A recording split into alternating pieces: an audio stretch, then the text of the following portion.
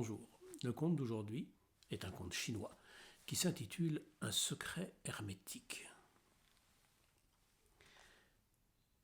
Certains se retirent dans le désert des montagnes, loin de leurs semblables, pour chercher la voie.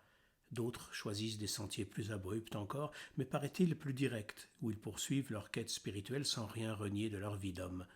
C'est, dit-on, ainsi que pratiquaient les anciens sages. Un couple de taoïstes menait sous le même toit leurs recherches alchimiques. L'homme avait initié sa femme à l'art de la transmutation, lui avait prêté ses livres et ses ustensiles.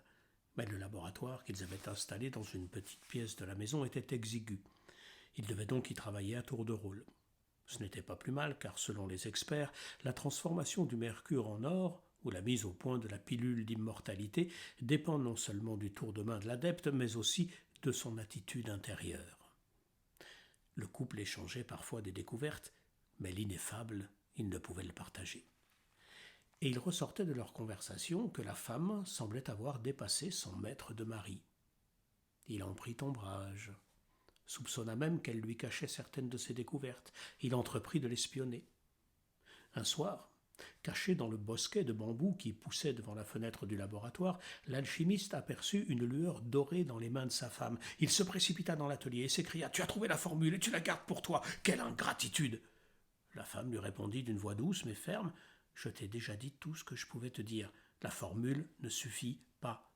Le grand art consiste à laisser le vide œuvrer en soi. Si ton cœur n'est pas pur, le Tao ne peut agir. » Un secret est d'autant mieux gardé qu'il ne peut pénétrer l'oreille qui l'entend. Ainsi, le taoïste, dévoré par la jalousie, décida de découvrir le secret de sa femme à tout prix. Il essaya la douceur, les menaces, les cadeaux, les coups, rien n'y fit.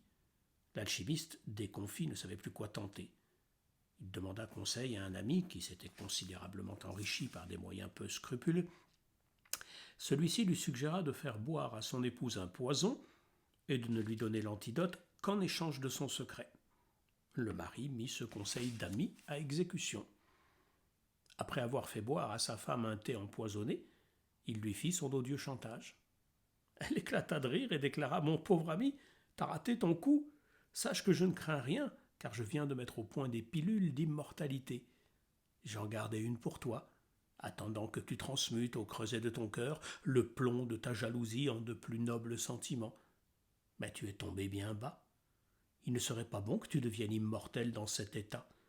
Je n'ai plus rien à faire avec un sorcier de ton espèce. » Elle ouvrit une boîte et avala une pilule de cinabre. Il bondit vers elle, voulant lui arracher la boîte, mais elle sauta par la fenêtre et enfourcha le vent.